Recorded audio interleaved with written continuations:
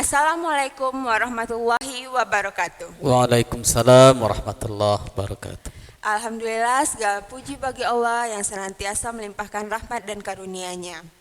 Salawat dan salam kita hanturkan juga kepada Nabi Muhammad Sallallahu Alaihi Wasallam beserta keluarga, sahabat dan pengikutnya hingga akhir zaman. Selamat datang di podcast SDIT Al-Lisan, sebuah ruang berbagi inspirasi, motivasi, dan ilmu bersama para tokoh pendidikan, ulama, praktisi dakwah yang memberikan banyak pelajaran berharga untuk kita semua.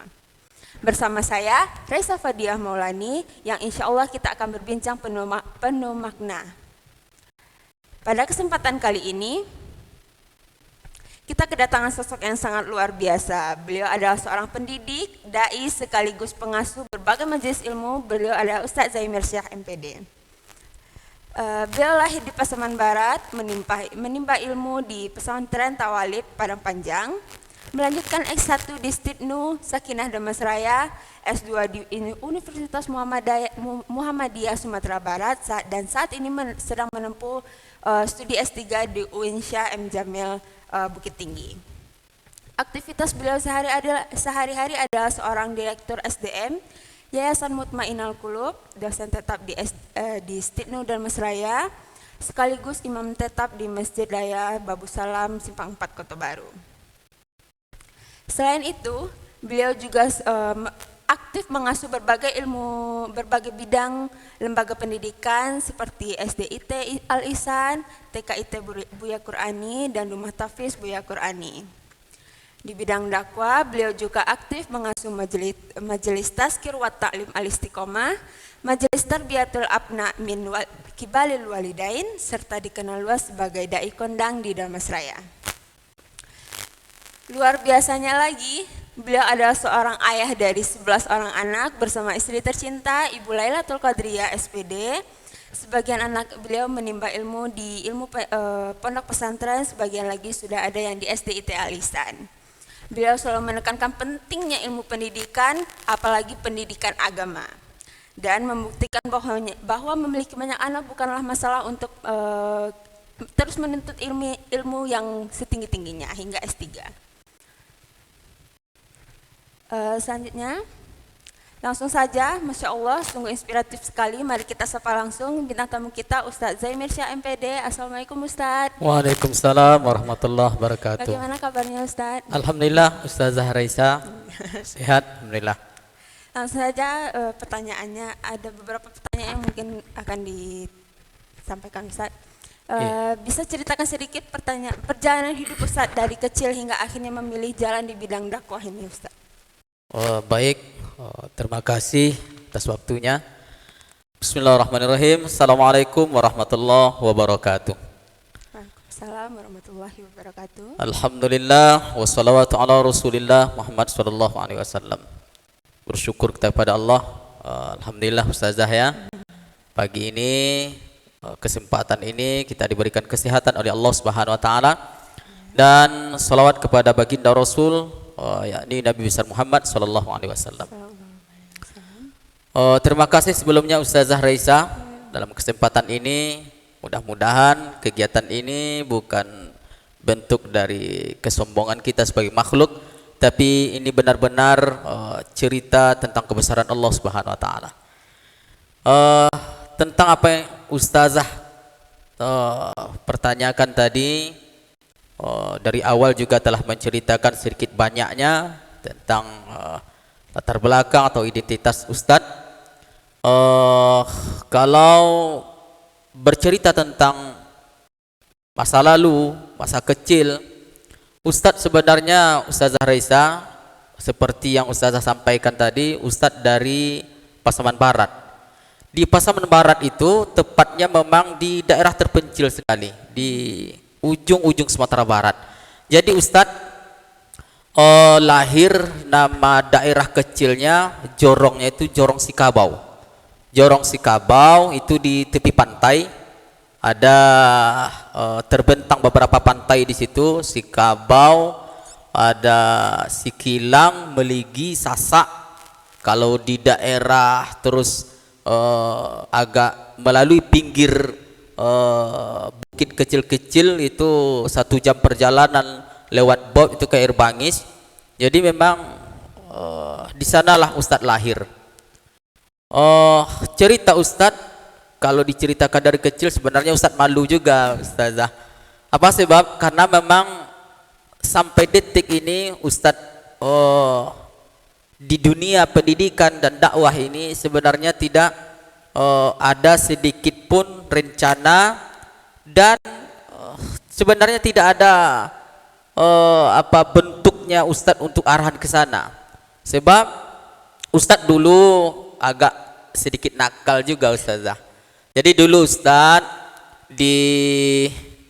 dilahirkan dari ibu, dibesarkan oleh ibu dan ayah dari keluarga yang memang keluarga tidak mampu, di garis bawah kemiskinan, dan memang dilihat lagi latar pendidikan orang tua tidak begitu. Jadi memang latar belakang Ustadz itu sebenarnya berbeda dengan apa yang Ustadz rasakan sekarang. Jadi Ustadz dulu di waktu kecil, di waktu SD, Ustadz biasa-biasa aja. Ustadz bahkan lebih pasnya dikatakan agak nakal lah. Jadi Ustadz dulu waktu sekolah, teman-teman masuk, kita keluar. Jadi sering cabut lah Ustazah. Bahasa-bahasa pun Ustadz dulu memang agak bagaimana ya, bahasa yang tidak baik. Bahasa yang tidak baik sehingga orang tua nyuruh Ustadz ngaji, sholat, Ustadz main-main, main bola, keluyuran dengan teman-teman. Jadi Ustadz dari kecil itu sebenarnya nakal, dan itu pun yang membuat orang tua Ustadz agak sedikit kesal dengan Ustadz, tidak begitu memperhatikan dalam pendidikan. Sebab memang bukan kesalahan orang tua, ini kesalahan Ustadz. Dan terus berlanjut sampai kelas 6 tamat Ustadz kelas 6. Dan sebenarnya Ustadz tidak ada keinginan untuk nyambung sekolah seperti anak-anak yang lain. Teman-teman Ustadz ingin nyambung, kalau cerita nanti tamat SD kemana nyambung. Teman-teman ada yang ke SMP, ada ke pondok pesantren, ada ke MTSS waktu itu. Punya sekolah impian. Iya, Ustadz tidak ada keinginan untuk itu. Ustadz sudah mulai terbiasa dengan hidup seperti itu, sehingga daripada tidak sekolah, tamat SD, nyambunglah Ustadz di namanya MTSS swasta di kampung itu. Jadi sekolah di MTSS, namanya sekolah di kampung, tentu tidak begitulah. Kadang sekolah, kadang enggak, karena memang fasilitasnya kurang, kita daerah kampung terpencil. Terus kelas 1, kelas 2, kelas 3 Ustazah, teman-teman Ustadz pindah ke Air Bangis, 1 jam dari kampung Ustadz. Dia pindah ke Air Bangis, teman-teman Ustadz pindah ke SMP Muhammadiyah. Ustadz mau pindah, bilang sama orang tua takut, gitu kan. Terus Ustadz paksakan, karena Ustadz ingin juga pergi ke kampung orang, coba lihat-lihat pengalaman lah. Jadi Ustadz minta izin sama orang tua, sama emak. Kalau bahasa kampung Ustadz tuh, emak, ambo pindah sekolah, gitu kan. Orang tuh bilang, kemana mau pindah? Ke Air Bangis, mak. Anda usah pindah. Bahasa di kampung Ustadz itu, ngapong pindah sekolah. Untuk apong sekolah, gitu kan. Sedangkan parangayang saja tidak sesuai itu. Jadi bahasa-bahasa kampung kayak gitu Ustazah. Jadi sehingga orang tua tidak yakin Ustadz untuk pindah sekolah. Tidak mungkin sekolah. Terus sama ayah juga, ya tidak seperti itu juga menerima permintaan Ustadz. Sehingga Ustadz diam-diam aja. Kebetulan dulu Ustadz hobi ternak ayam, ada ayam 3 ekor di waktu itu Ustadz jual. Terus Ustadz pergi ke kepala sekolah, Ustadz sampaikan bahwa Ustadz ingin pindah sekolah, minta surat pindah.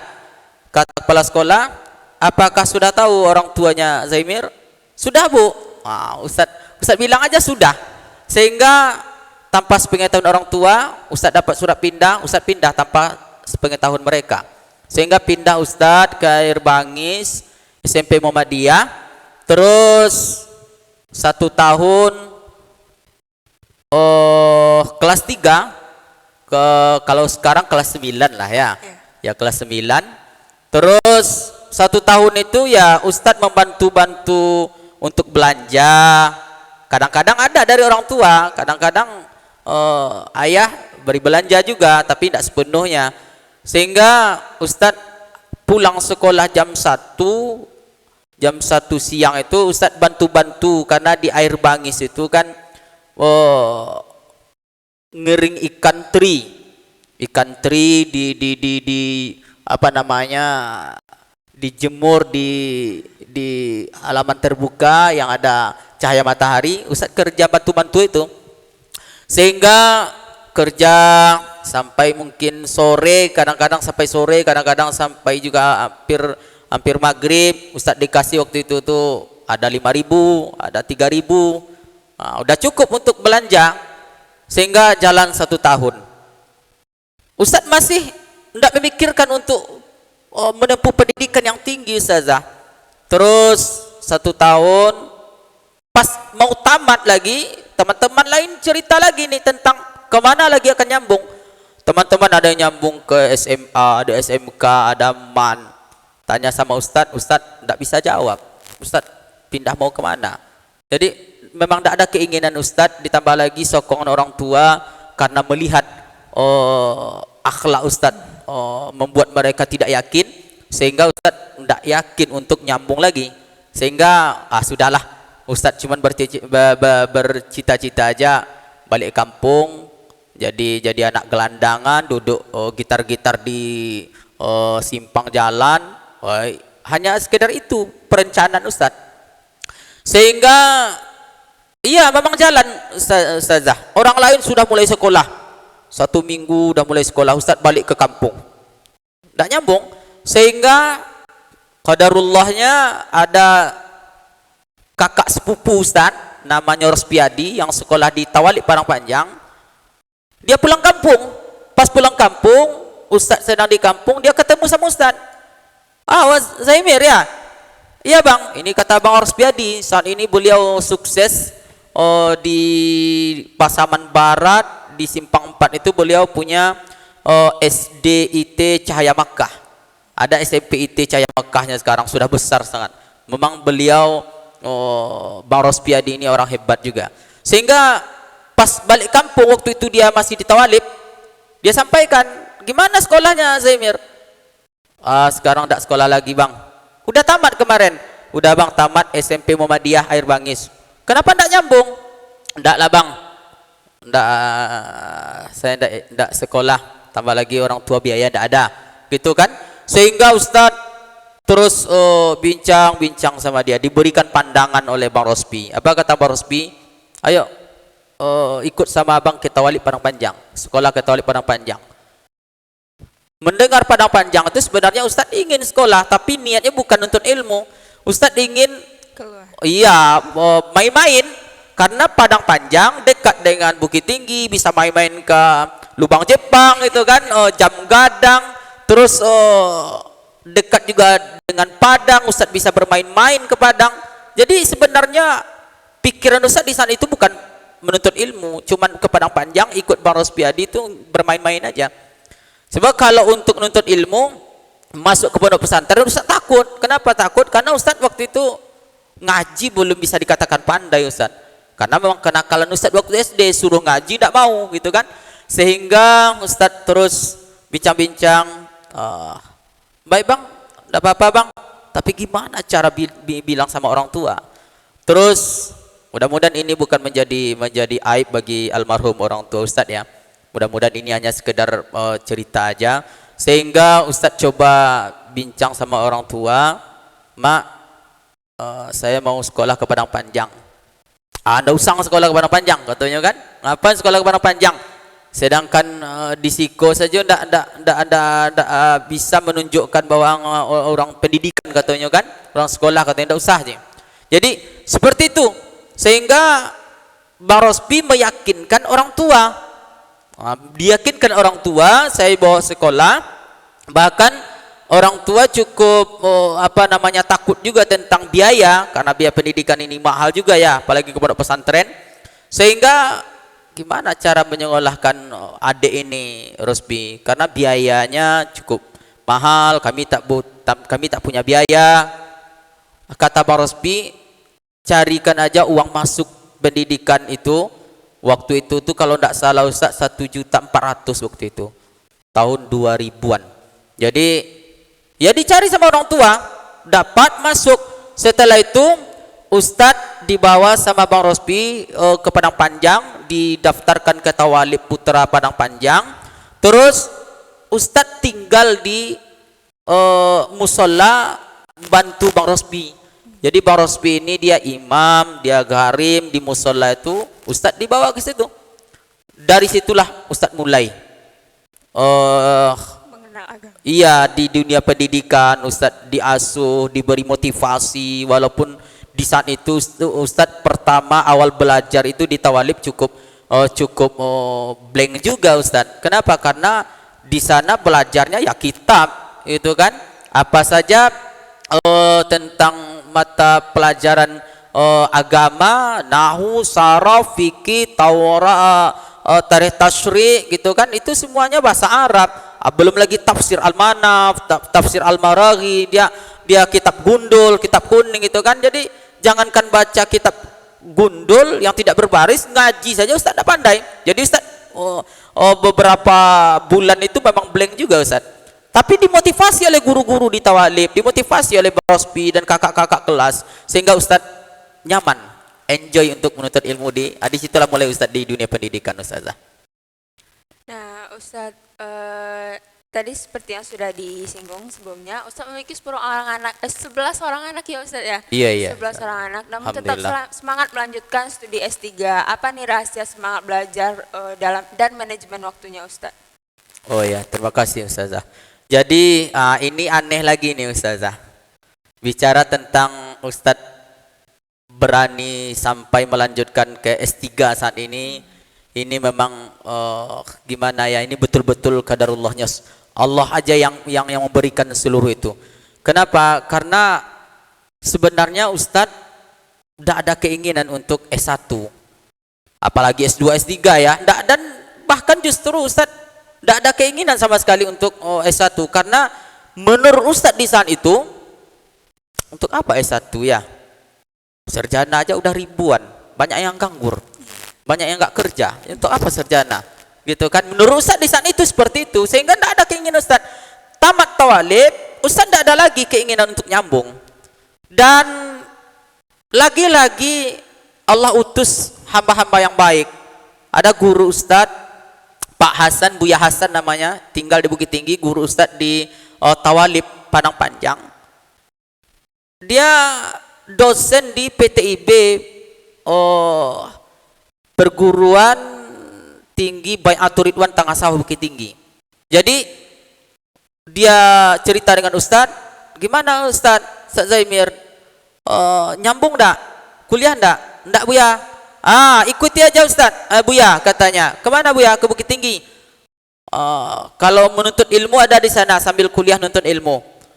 Oh ya, enggak apa-apa Buya. Terus Ustadz pergi ke Bukit Tinggi. Nyampe di Bukit Tinggi, tempat tinggal Ustadz enggak ada.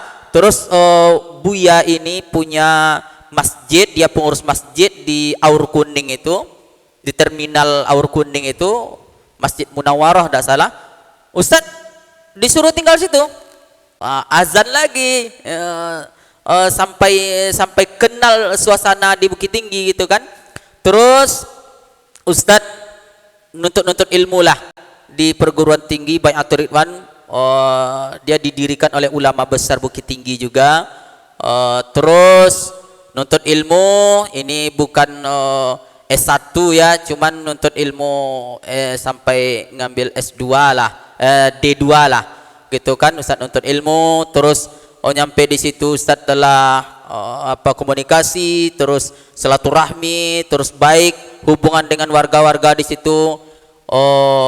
Ustaz azan, dengar sama orang itu azan, ada Masjid Agung Tengah Sawah Bukit Tinggi, masjid besar itu. Ustadz diajak di situ untuk jadi imam, untuk muazin di masjid itu. Nah, itu mulainya. Terus Ustadz jalani, dan target Ustadz memang berkeluarga itu memang usia dini, dan memang Ustadz sudah punya cita-cita dari dulu, berharap punya anak banyak Ustadz. Jadi memang dari awal, dari tawalib dulu niat seperti itu. Terus di umur Ustadz sedang kuliah di situ, umur berapa Ustadz? 22 tahun. Kebetulan Allah pertemukan dengan istri. Saat ini jadi istri Ustadz. Lailatul Qadariyah yang umurnya di saat itu 20 tahun. Ya Ustadz dipertemukan, dan tanpa Ustadz berpikir panjang, karena target Ustadz memang tidak ada ingin S1 dan sebagainya. Ya Ustadz ingin memang berkeluarga cepat, sehingga Ustadz berkeluarga. Terus singkat cerita 2008 Ustadz nikah, 2009 Ustadz lahir anak pertama, 2010 lahir anak kedua. Setelah lahir anak kedua, atas usulan mertua dari Kota Baru Dharmasaraya, Ustadz diajak pindah ke sini dengan sebab-sebab yang disampaikan. Gitu kan, Ustadz pindah ke sini. Terus ya dijalani dulu. Ke surau, menjadi guru ngaji di Surau Bojong ini, di Kota Baru ini. Terus anak lahir lagi anak yang ketiga, yang keempat. Terus bertemulah dengan Ustadz Acid. Beliau ini luar biasa, teman guru, teman curhat juga. Beliau cukup luar biasa, hebat. Dan saat ini kita sama-sama mendirikan SDIT ini dengan beliau. Ustadz Acid inilah ngajak untuk gabung di pendidikan. Ustadz gabung ngajar sama dia di pondok pesantren di Kota Baru ini. Terus dakwah juga. Itulah awalnya. Jadi ada dua orang yang menguatkan Ustadz untuk melanjutkan S1. Yang pertama adalah Ustadz Acid. Ustadz, karena Ustadz sudah di dunia pendidikan, di bidang dakwah juga, Ustadz harus lanjut mendapatkan S1. Dan ada lagi teman Ustadz yang sama-sama di Tawalib, dan beliau juga orang besar di Dharmasaraya, orang Banwaslu, Ustadz Alderado. Beliau teman akrab juga di Tawalib dulu, sudah 11 tahun tak bertemu, karena dia tahu, dia dapat kabar saya Ustadz ada di Kota Baru, dia cari. Dia dosen di Stitno. Jadi pas ketemu, silaturahmi, kita cerita-cerita lagi, terus diajak, Ustadz harus S1. Nah, lagi-lagi ada orang yang sengaja diutus oleh Allah untuk menyampaikan motivasi ini Ustazah. Jadi Ustadz harus S1. Setelah itu Ustadz mikir-mikir juga, anak sudah 5 orang, gimana ya. Tapi karena sokongan, motivasi dari teman-teman, ya Ustadz bismillah. Ustadz masuk lagi, nyambung untuk mendapatkan S1. Kalau tidak salah Ustadz, waktu Ustadz wisuda itu S1, anak Ustadz udah 7 orang. Ustazah, 7 orang.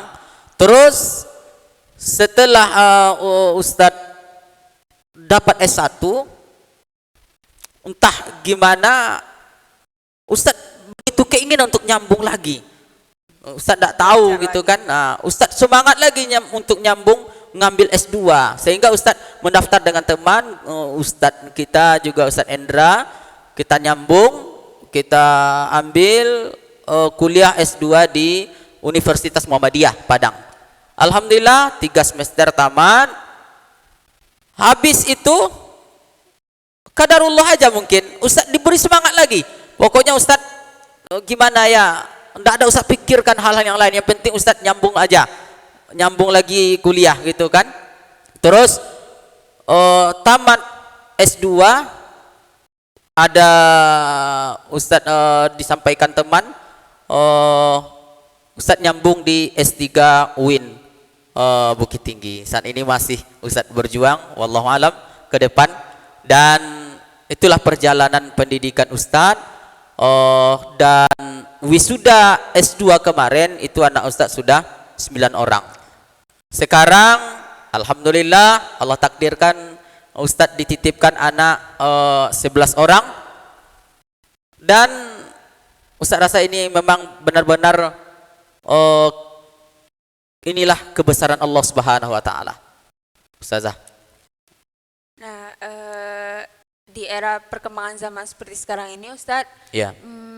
Dengan banyaknya anak tadi 11 orang ya kan Ustadz ya, Iya, Ustazah. yang masih kecil-kecil mungkin Ustadz, nanti Iya. ke depannya gimana tuh Ustadz, menurut Ustadz gimana peran pendidikan agama dalam membentuk generasi-generasi muda seperti sekarang di era modern ini Ustadz? Oh iya.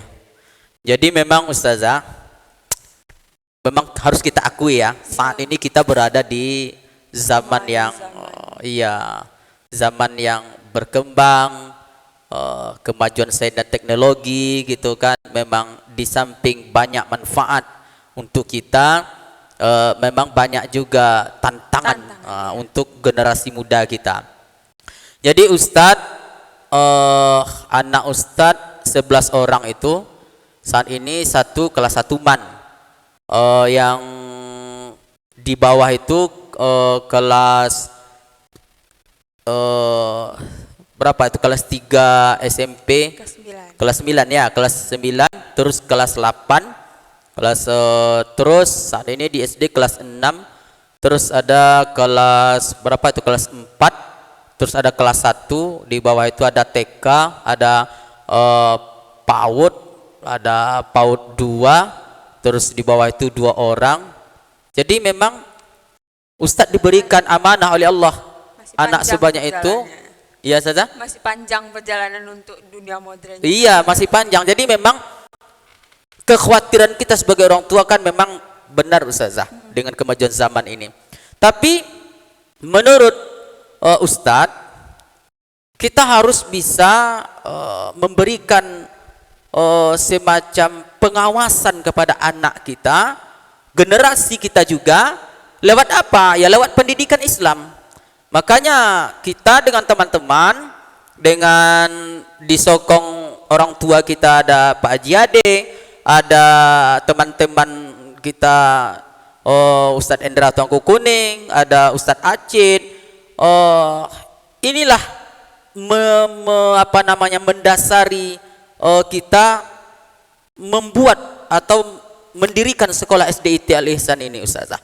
Karena kekhawatiran kita generasi ini,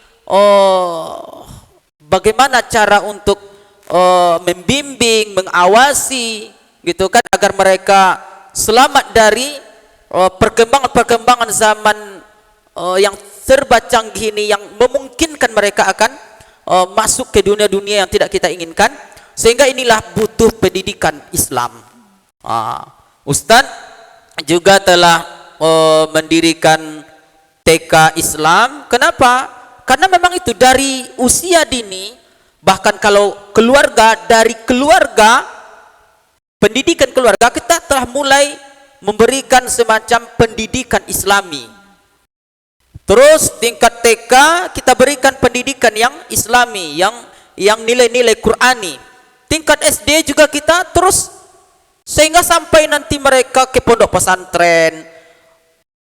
Hanya ini yang bisa kita lakukan untuk zaman sekarang Ustazah.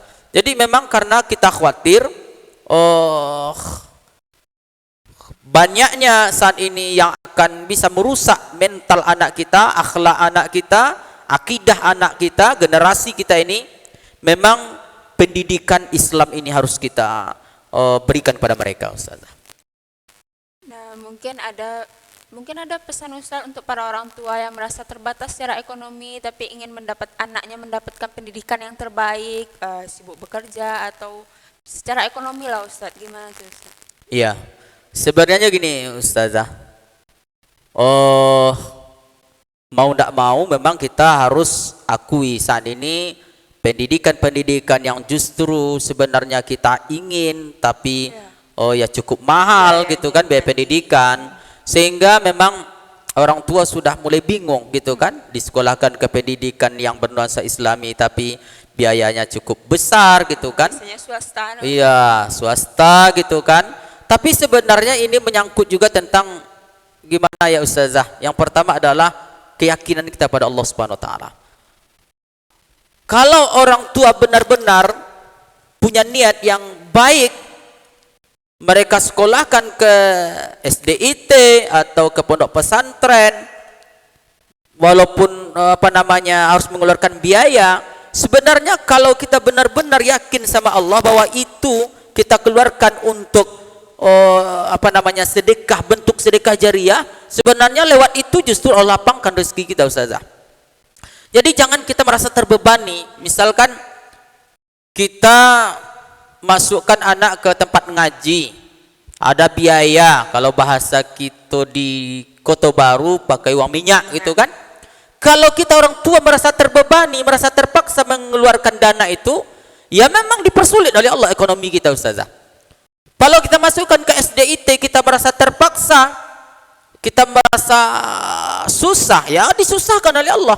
Tapi kalau kita masukkan anak ke pendidikan-pendidikan Islam yang butuh biaya, yang biaya yang kita keluarkan itu kita yakini bahwa itu adalah bentuk dari sedekah jariah, kalau kita bawa ke nilai-nilai agama, sebenarnya justru setiap sedekah yang dikeluarkan itu sebenarnya pemancing untuk mendapatkan rezeki yang lebih banyak dari Allah, karena itu janji Allah. Jadi yang pertama ya lihat kemampuan kita memang gitu kan. Kan masih banyak pendidikan-pendidikan yang bermutu, yang Islami, kalaupun punya biaya, butuh biaya tapi tidak terlalu banyak, kan ada juga. Ada memang yang ya banyak juga biayanya kalau di tempat-tempat yang memang sekolah-sekolah yang jualannya yang seperti itu gitu kan. Tapi ya orang tua mesti harus bisa mengukur diri di sana. Setidak-tidaknya orang tua mesti tanamkan di hatinya, anak tidak boleh putus sekolah. Tidak boleh. Kenapa? Karena memang sekolah, pendidikan itu modal utama untuk membentengi diri mereka dari kebodohan. Wah, ini Ustazah. Jadi kalau Ustadz merasa, ya kalau kita punya niat orang tua ini menyekolahkan anak di tempat pendidikan agama, insya Allah Allah bantu dari segala kesulitan. Dan itu Ustadz rasakan. Ustadz yang diberikan oleh Allah anak 11 orang, dan Ustadz bukan juga orang pegawai negeri, bukan juga punya usaha-usaha seperti kebun, seperti orang, enggak juga. Tapi ternyata memang Allah itu maha besar. Gitu Ustazah. Nah Ustadz kan tadi seperti yang disinggung di awal, Ustadz aktif dan ikut berperan dalam berbagai lembaga pendidikan. Nah, bisa ceritakan peran Ustadz di berbagai lembaga pendidikan yang seperti SDIT Alisan, TKIT Buya Qurani, atau Rumah Tahfiz Buya Qurani tadi yang seperti kita bilang. Iya. Jadi sebenarnya Ustazah, pendidikan ini mesti kita harus serius. Karena ini tanggung jawab kita. Dengan keadaan saat ini, memang mau tidak mau kita harus lebih mengutamakan pendidikan. Sehingga itulah kita dengan teman-teman seperti yang Ustaz sampaikan tadi, orang tua kita Pak Haji Ade, terus teman kita Ustaz Acid, Ustaz Endra, Ustaz buat pendidikan, kita dirikan pendidikan SDIT. Ini sebenarnya memang seperti itu, seperti yang Ustaz katakan tadi, memang tujuannya adalah untuk bagaimana bisa memberikan semacam nilai-nilai positif kepada masyarakat, gitu kan. Jadi Ustadz dirikan rumah tahfiz, memang tujuannya seperti itu Ustazah. Bagaimana supaya generasi kita, anak-anak kita lewat rumah tahfiz ini membentuk karakter mereka dan juga menyibukkan mereka untuk bisa mengurangi kegiatan-kegiatan yang tidak bermakna bagi mereka. lebih dekat dengan Al-Quran. Lebih dekat dengan Al-Quran. Terus ada TK tadi, TK Islam tadi, terus ada SD IT, terus ditambah lagi bidang-bidang pendidikan lain. Tambah lagi Ustadz saat ini juga dipercaya oleh pihak kampus Stitnu untuk sebagai dosen, ngajar juga. Jadi sebenarnya ngajar ini sudah menjadi Ustazah, sudah menjadi hobi juga saat ini. Nikmat juga kalau kita di dunia pendidikan ini, Ustazah. Kan selain dari lembaga pendidikan ini, Ustadz juga aktif nih berbagai majelis ilmu bidang dakwah. Apa yang biasanya menjadi fokus Ustadz dalam berdakwah atau berbagi ilmu gitu? Oh iya. Jadi Ustazah, Ustadz dengan teman-teman juga yang aktif ada di majelis-majelis taklim, ada juga di BKMT, ada di majelis tazkir wa ta'lim. Sebenarnya motivasi Ustaz itu kita ingin menebarkan dakwah. Kenapa seperti itu? Kalau di lembaga pendidikan jangkauannya kan anak-anak, itu kan tingkat dini, usia dini, anak-anak, remaja, kan yang sekolah itu kan anak-anak gitu kan. Tapi jamaah-jamaah kita, orang tua kita, bagaimana mereka bisa menimba ilmu ini? Kan tidak mungkin mereka sekolah lagi, kan tidak mungkin gitu kan. Inilah tujuan kita untuk aktif di dunia-dunia dakwah, taklim, tazkir wa taklim. Tujuannya apa? Agar ada suatu forum, suatu majelis untuk bisa memberikan mereka ilmu. Jadi Ustadz di tazkir wa ta'lim itu sebenarnya zikir, baca ayat, baca surah Yasin, itu sebenarnya untuk sebagai momen mengajak agar jamaah kita ini berkumpul untuk buat sebuah wirid, dan dalam wirid itu tetap diisi dengan taklim-taklim. Sampaikan satu hadis, satu ayat, sampaikan cerita-cerita tentang kematian, cerita-cerita tentang hukum, sampaikan tentang kebesaran-kebesaran Rasulullah gitu kan. Jadi sebenarnya momen itulah yang sebenarnya kita ambil, Ustazah. Jadi dakwah ini kita harus tebarluaskan, bukan hanya sekedar ke ke siswa atau ke santri saja, tapi juga ke jemaah-jemaah, bahkan masyarakat luas. Mungkin itu, Ustazah. Nah, dengan kesibukan yang padat tadi, apa menjadi sumber kekuatan Ustadz sehingga tetap konsisten dalam mendidik dan berdakwah tadi, Ustaz? Iya. Jadi sebenarnya, Ustazah, memang dari segi waktu, keluarga lagi ya, keluarga, terus pendidikan, ngajar. Ya sebenarnya yang memotivasi Ustadz itu adalah kalau bisa, kenapa tidak kita manfaatkan kesempatan kita ini untuk bisa menjadi suatu manfaat bagi orang lain, gitu kan? Jadi setidaknya ada sesuatu yang bisalah kita isi untuk sesuatu yang baik bagi masyarakat. Jadi sehingga motivasi kita itu untuk menebarluaskan agama, menyampaikan dakwah, untuk berbagi ilmu, berbagi pengalaman dengan waktu yang sangat-sangat sulit untuk kita ceritakan, kita sampaikan. Sebenarnya Ustazah, ini memang benar-benar bisa membuat istiqomahnya di hati kita. Jadi kita harus istiqomah selagi kesempatan diberi oleh Allah, ada sedikit ilmu, ada sedikit waktu, kesempatan, ya kita memang harus berbuatlah. Ada saatnya nanti di waktu memang tak bisa lagi kita berbuat, ya kita tidak tahu lagi. Jadi ini kesempatan diberikan oleh Allah, kita berikan sesuatu yang terbaik untuk dunia dakwah, dunia pendidikan Islam ini, Ustazah. Nah, yang terakhir nih Ustadz, apa pesan Ustaz untuk generasi-generasi muda agar tetap semangat dalam menjaga tauhid apalagi di tengah zaman sekarang yang seperti kita bicarakan tadi Ustaz? Oh ya. Jadi pesan Ustazah, ini untuk kita semua, ya. Terutama Raisa mungkin Ustaz. Iya, untuk Ustazah Reza, untuk kita semua, Ustadz ingin pesankan yang pertama sekali untuk generasi, untuk adik-adik semuanya, jangan menyerah. Jangan menyerah dengan kondisi ekonomi orang tua, dengan kondisi pendidikan keluarga. Jangan menyerah, karena kalau kita mau belajar, kalau kita mau menuntut ilmu, pasti diberikan oleh Allah jalan. Dan jangan menjadi generasi yang cengeng. Jangan menjadi generasi yang harus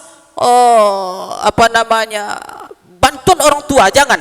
Kita harus siap mandiri, siap melakukan hal-hal yang baik untuk diri kita, untuk umat. Terus dengan dunia saat ini, dengan kondisi saat ini, kita harus waspada dengan kejadian-kejadian atau sesuatu yang akan membuat kita celaka. Memang harus kita pastikan bahwa kita tahu ini baik, ini buruk, ini bermanfaat, ini tidak bermanfaat. Kita harus bisa memilah-milah itu. Jadi Ustazah, kita harus bersegera bagaimana supaya kita bersemangat terus untuk menuntut ilmu. Ini penting ini. Menuntut ilmu di mana saja, kapan saja, dengan kondisi apa saja, kita harus siap untuk terus menuntut ilmu. Karena kalau sudah ilmunya ada, insya Allah ini salah satu bentuk untuk membentengi diri kita dengan sesuatu yang tidak baik di luar sana. Mungkin itu Ustazah. Wah, Masya Allah Ustaz, terima kasih Ustaz. Sama, Luar Ustazah. biasa sekali perbincangan kita hari ini bersama Ustaz Zaimir Syah, MPD, dengan berbagai pelajaran yang bisa kita ambil, mulai dari semangat belajar yang tak terbatas, keyakinan penuh akan rezeki Allah, atau hingga komitmen beliau dalam pendidikan dan berdakwah untuk memajukan generasi sekarang ini misalnya Ustaz. Sebelum kita akhiri, mungkin ada pesan Ustaz untuk para pendengar podcast SDIT Al-Ihsan? Baik, pesan kepada seluruh yang mendengar, melihat, menyaksikan podcast Al-Ihsan ini, mudah-mudahan kegiatan-kegiatan ini bisa menjadi motivasi yang berharga, dan insya Allah lewat ini kita saling ingat mengingatkan, saling memberikan dan saling mengisi dari kekosongan-kekosongan kita. Karena kita manusia biasa Ustazah, kita butuh bantuan, kita butuh nasihat, kita butuh masukan dari orang lain, sehingga ini sebentuk ruang bagi kita bekerja sama, berbagi ilmu, berbagi motivasi. Keinginan kita adalah betul-betul dari Allah Subhanahu wa taala. Mungkin itu Ustazah. Masya Allah, terima kasih banyak kami ucapkan Ustaz Zaimir atas waktu dan ilmunya. Semoga Allah senantiasa memberkahi keluarga, perjuangan dan dakwah beliau. Untuk sahabat Al-Ihsan, jangan lupa terus ikuti podcast SDIT Al-Ihsan yang memberikan kisah-kisah inspiratif berikutnya. Bersama saya, Reza Fadia Maulani, pamit undur diri. Wassalamualaikum warahmatullahi wabarakatuh. Waalaikumsalam warahmatullahi wabarakatuh.